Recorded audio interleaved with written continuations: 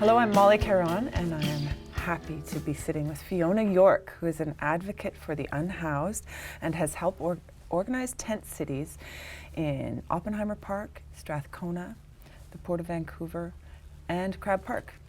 Here we are on unceded Coast Salish territory where we're trying to share public space.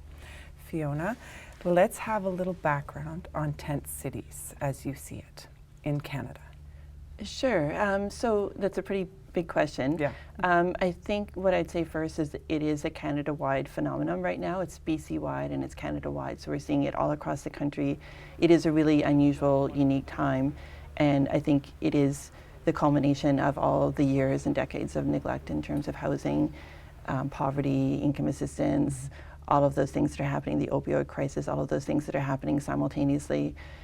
For example, I grew up in and around Ottawa. There was never a tent city there. There has been one there recently. They're all over northern BC.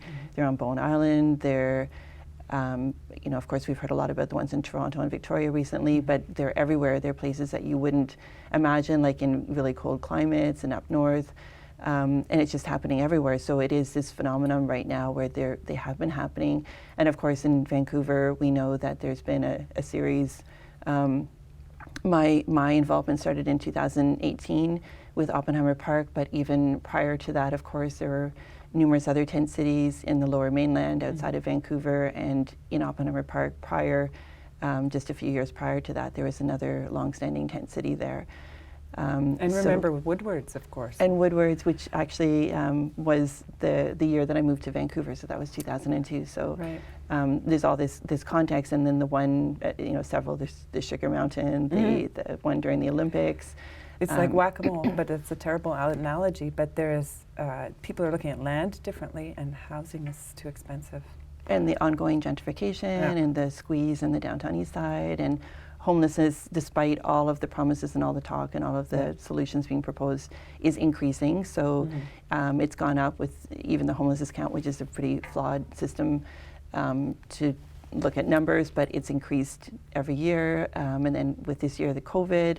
So kind of all of the intersecting issues, that the pandemic, COVID, the opioid crisis, substance use, and then also not having housing, but also at the same time, it's multi-generational. There's all the root causes are continuing. We have people leaving the foster care system, families living in poverty, and so until that's actually addressed, it's just going to keep happening and happening. And so you need to really not this incremental housing effort that's made whenever there's a tent city and there's just enough and not even quite enough for people within the tent city. That's never going to actually make a difference.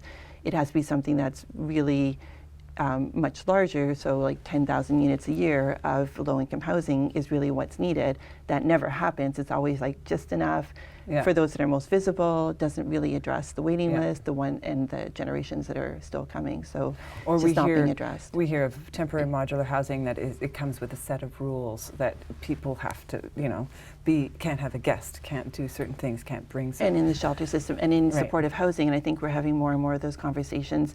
And I feel like it actually is having a small impact now. We've had those conversations with city councillors, with Housing Minister David Eby, and I feel like they're starting to get the message that supportive housing and the one-size-fits-all doesn't work for everyone. There's a real breadth in the population that lives in low-income housing that it may or may not work for.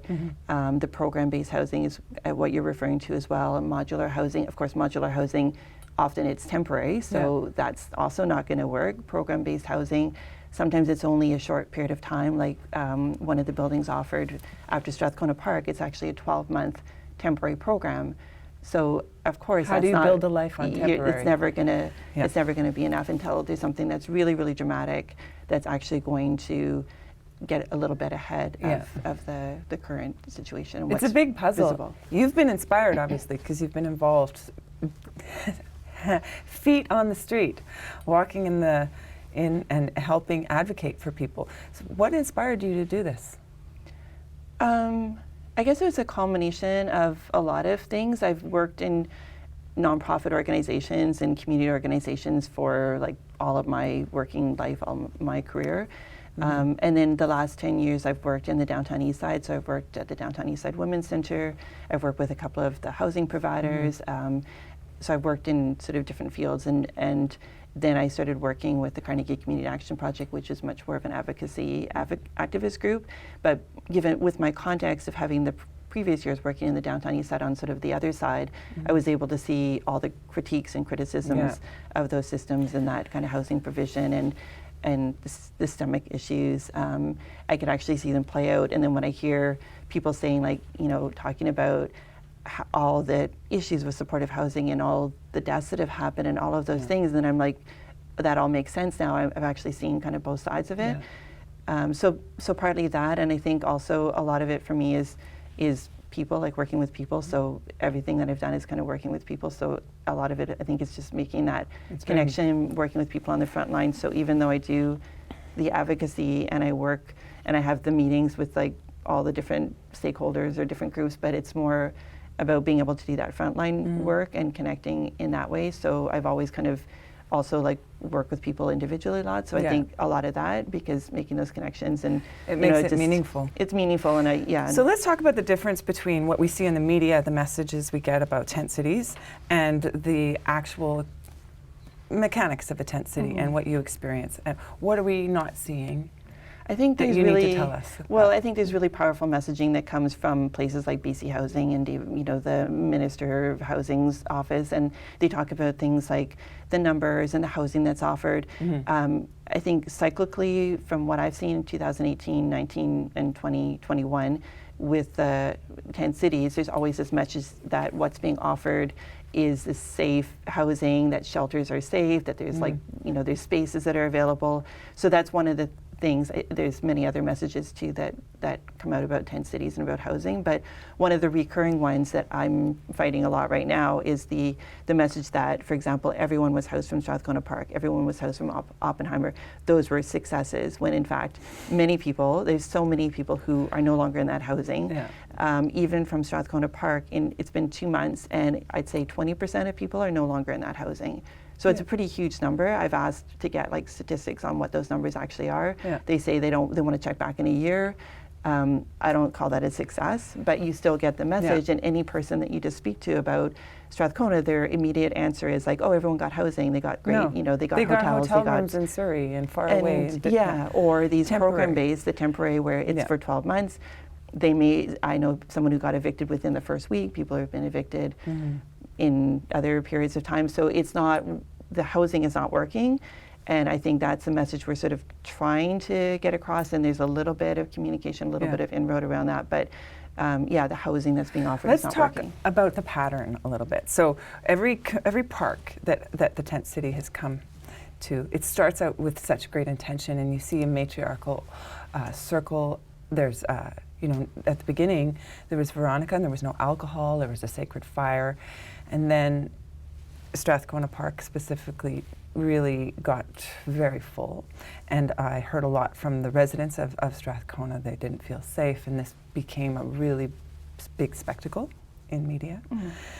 And that went from a supportive community that I felt safe in, to a place where the intersection of mental illness, addiction, and all the well-intentioned people who want to build a new kind of world came together, and then it went sideways. Talk about what happened in the later part of the tent cities before they got closed in on and shut down. Yeah, I do. I want to acknowledge that a lot of what you're saying, that resonates.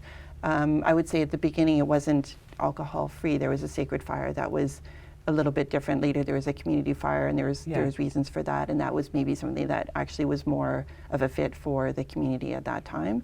So I think you're right. There was like a large number. There was a peak. At the peak it was probably over 500 people, and that's really difficult in a small space with like limited resources, no matter the level of community care that we had. But it was still, you know, volunteers on the ground, not a lot of government resources. We had to lobby really hard to get the ones that we had. And then also getting into like going from summer, transitioning to like really tough conditions. I know it's different from the rest of Canada, but going into like rainy weather and all of those tensions, lack of resources, all of those things that's happening. And another thing that you and I talked about is just the looking at how some of those conditions exist in so many other places. But you don't have the reporters lurking in the bushes taking pictures of every single thing that happens in supportive housing or on the street or even like the building where I work. I see so many of these things happening, but it's just a very different level of scrutiny.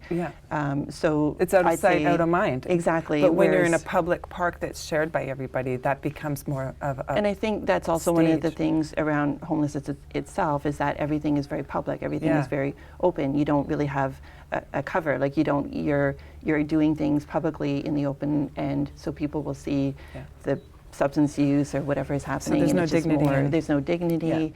It's reported differently, and it was a big story. So it was always like a scandal or a story, or there's like a scrutiny. Whereas I could name like, you know, I could say all those things about so many other places and possibly more, but you just never hear about it. And it's just something that's the visibility, and also the visibility, of course, is what kind of draws the targeted housing that we see to kind of reduce that or to address that.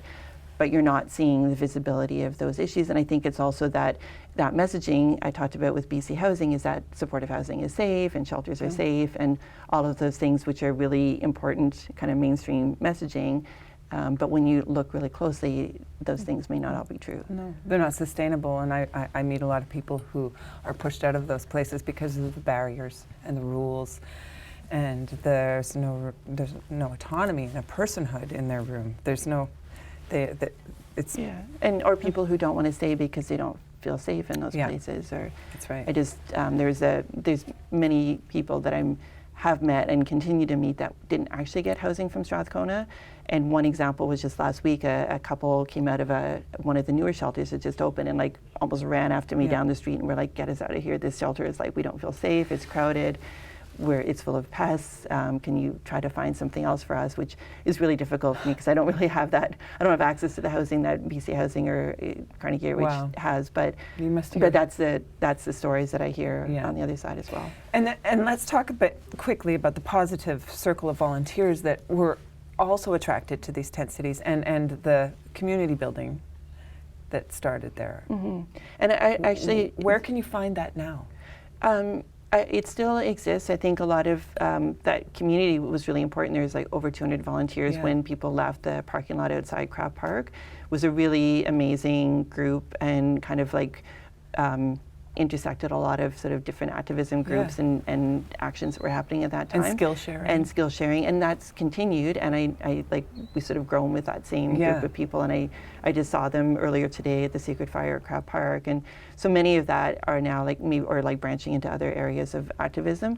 But I would also say that at the end of the last question, when you talked about the sort of like the trajectory over Strathcona Park and at the peak, and like you know, there was like over the winter it was very difficult, but then at the end I would say it actually kind of like formed into a really amazing cohesive community. And in those last few months it was probably better than it had ever been in terms of there are peer workers, there are people who are role models that mentored others.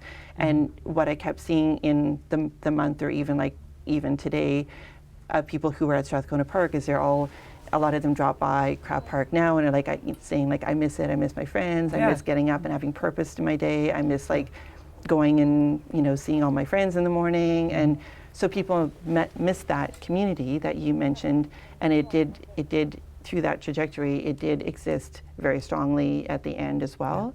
And I think that community of care had a lot to do with it, the volunteers, and it's still kind of cohesive. It's still the group that's supporting people in Crab Park, but as you say, also people have done that skill sharing and have gone on to do, there's like a mobile distribution van, there's other Sacred Fires, there's other things that people are now working on. Fiona York, this is such a big conversation, and I would like to continue it another time.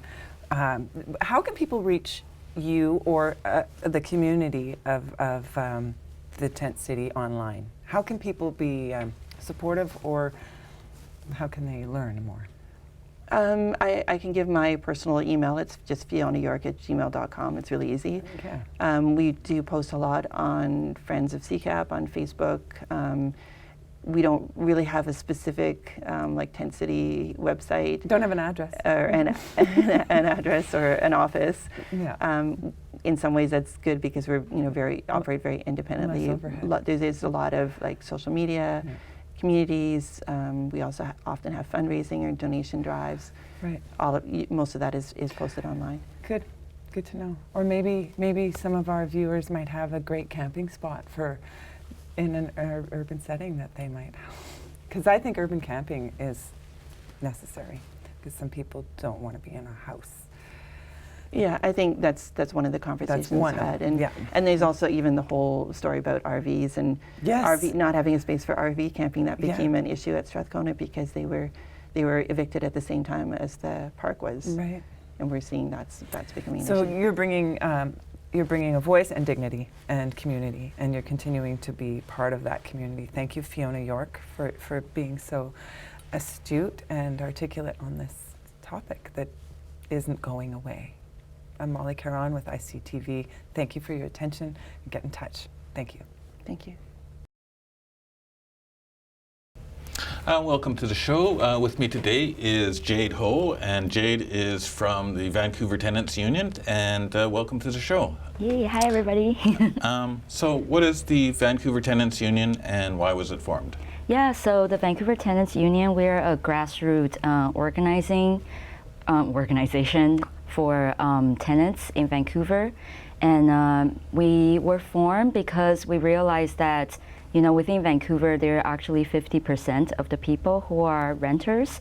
However, we are actually very powerless when it comes to decisions about us, when it comes to the housing crisis that's happening right now. So we decided to come together and form a renters movement so that we can influence, so that we can have influence political change, social change, and really to come together and imagine a city that's, truly livable for everyone. Okay, and Yeah. what is your role and why did you get involved?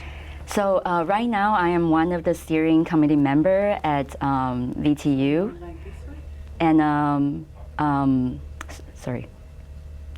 I actually first got involved. So I'm not from Vancouver. I came in 2013 as an international student, actually. So I studied at SFU. And I first got involved in the Chinatown struggle. So I don't know if you guys have heard of the 105 Kiefer campaign back in 2016. Let's refresh our memory. Yeah, so the 105 Kiefer campaign was the developer BD leaving. They were trying to put in a rezoning application to build a luxury condo in Chinatown at the site of 105 Kiefer. And they were facing a lot of pushbacks because we know that that building was going to change the affordability in Chinatown and it's going to displace even more, especially the working class Chinese immigrants that depends on Chinatown. And so I first got involved, and then we had a very successful campaign. Actually, at the night of the last rezoning hearing, there were more than 200 people gathered to speak against the rezoning application, and we won. For the first time in decades, actually, the rezoning board didn't pass the license to the developer, and that's really the beginning of. And what is the rezoning of the license for? Is it height or?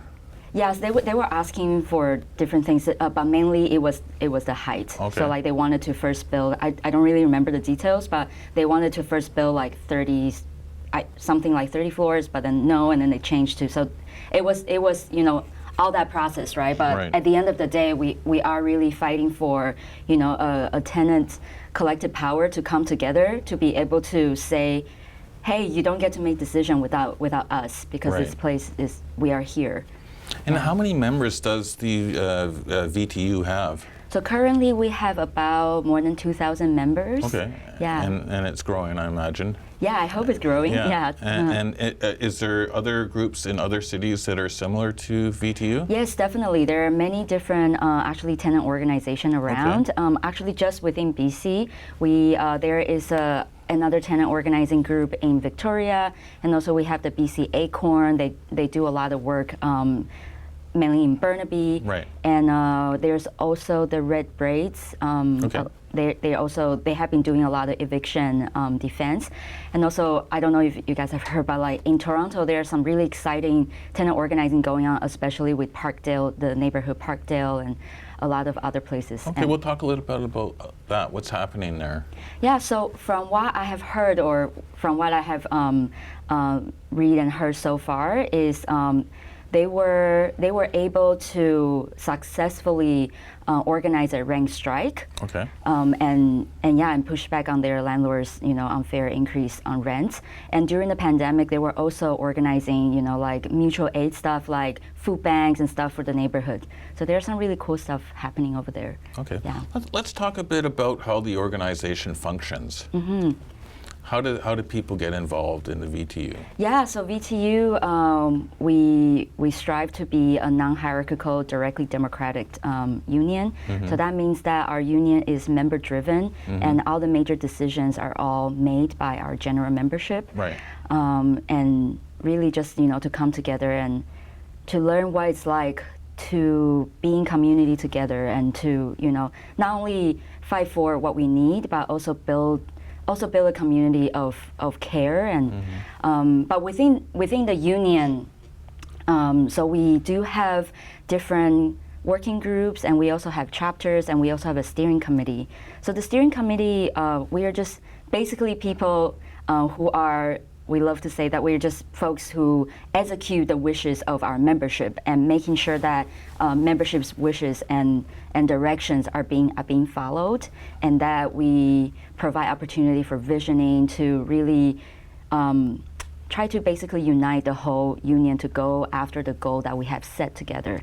And at the same time, we also have various working groups that are working on different areas of for the union. So for example, we have more admin-like groups that, for example, for communication and stuff like that, but we also have groups who work on various campaigns or various areas. So we have a City Hall working group that are liaisoning with the city, and we also have for example, we have a membership mobilization and tenant solidarity Mm-hmm. group that work on educating our members, because education is very important.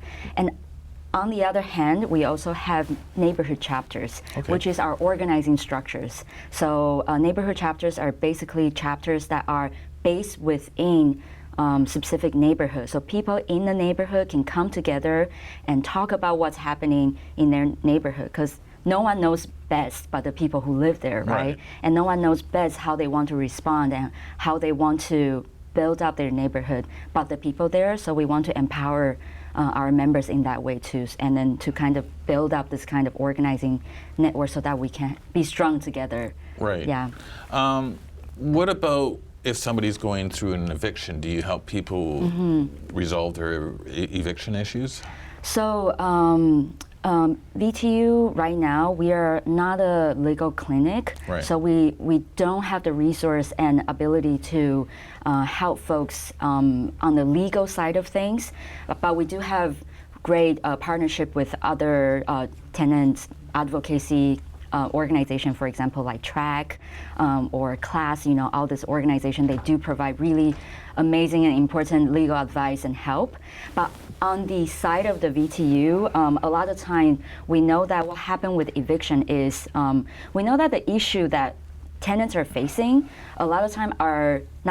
actually it has been framed as individual issues, right? So if you have an issue with your eviction or with your landlord, you as the individual tenant have to go through an RTB process.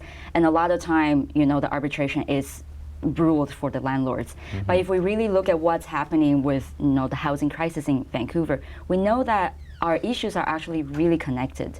So when it comes to eviction, this kind of urgent, response, we do want to be able to support the tenants in organizing their buildings or in organizing their neighborhood, so that not only if they decide to go through the legal route or anything, that they will have the grassroots power behind them to support what's happening. Right. So how would you organize a building? Like, how would that happen? What would the steps be taken Yes. to do? So most of the time, tenants will come to us, or folks who live in a building who are already members. They will bring up the issue that if there's an eviction or other kind of issues, Right. and then we do have organizing training that happens within the union. But a lot of times is we want to make sure that the tenants themselves are able to connect with their fellow neighbors and then come together and come to a decision of how they want to push back on the unfair treatment that's happening. So a lot of times it will look many different ways, but they all work together as a overarching strategy. So for example, folks will go door knocking in a building or in a neighborhood to get people together, trying to set up a tenant committee so that they can come together and make a decision, so that the organizing will be driven by the tenant there. And at the same time on the side, the various working group will step in helping, for example, communication, sending out information to other members to let people know that this campaign is happening, and also other strategy, for example, reaching out to the media when it's necessary, reaching out to, for example, city councilor when it's just reaching out to people that can apply pressure to the landlord or the developer. So you will look. It really depends on which building or which neighborhood.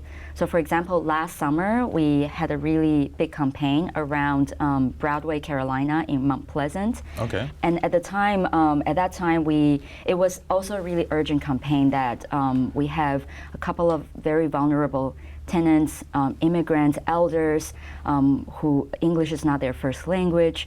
They were facing eviction, basically demoviction, because the developer are coming in to, basically in possession of their property, and they are going to build luxury condo there as well. And although we know that within the city of Vancouver, there is what we call a tenant relocation and protection policy, but this policy is actually largely inadequate. Well, let's talk about that a bit. Yes, so the TRPP, the Tenant Relocation and Protection Policy, is this policy that were first implemented in I don't remember, but I knew that it was amended in 2015. Okay. And it's this policy that supposedly to protect tenants when there is renovation or demoviction happening, that the developer are responsible in making sure certain things happened to ensure smooth transition for the tenants to move out. Yeah. But we find it really inadequate because Well, sometimes they bribe the tenants with like a settlement. They offer them like $10,000 or something, but in the end, that doesn't really mean much if you have to move out into a place that's much more expensive. Exactly. You're exactly right about that, and especially a lot of time, these tenants will be low-income tenants, right? And then they will be in a very affordable housing situation, and then so what happened is they now have to move into the market housing. That's just not going to. It's just not going to be good for them. But within TRPP, there are a couple of monetary compensation, but the monetary compensation is based on their current rent. So we know that there's discrepancy there, right? And a lot of time it doesn't really take into the lived experiences of the tenants, that they are literally getting evicted from the only home that they know a lot of time. So this is what happened with the tenants that we were working with last summer. And in that particular case, that we only had this one unit of tenants within this building. There's no building to organize. So what we had to do is we actually had to activate the whole neighborhood, and that was when the Mount Pleasant neighborhood chapter really came together, and they talked on the ground with businesses, talking to their neighbors, and we actually were able to held a rally of 150 people, and we actually held a 3-day picket line in front of the tenant's place to protect them from the unfair eviction at the time. Well, let's talk about rent control and why it's important. Can you talk a little bit about that? Yes, so right now the rent is actually tied to individual tenants. So, sorry, I touched it. So right now, the rent is actually tied to individual tenants. So what that means is when we move out of our unit, the landlord has the freedom to jack up the price however they want. Right. And that's why we would love to see a rent control, a vacancy control, where the rent will be tied to the unit itself. That means that the landlord will not be able to just increase the price to however they want, even after a tenant moved out. They will have to comply with the provincial limits, which right now during the pandemic there is a rent freeze going on. Right. So right now the landlord should not increase any rent on any tenants, but that's not the case if the tenants move out, right? And normally the rent limit is 2%. Yeah, and there's getting rent control for SROs in Vancouver. Yes, that's right. Can you talk a little bit about that? Okay, well, that's fine. I'm not very knowledgeable about that. But if you guys want to chat more about rent control for the SROs, you can chat with the SRO Collaborative. They've been working tirelessly on this campaign. Yeah. So how can people get involved with the VTU?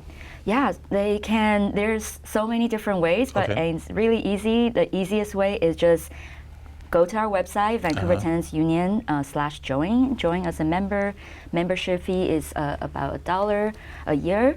But also during the pandemic, we have waived the fee.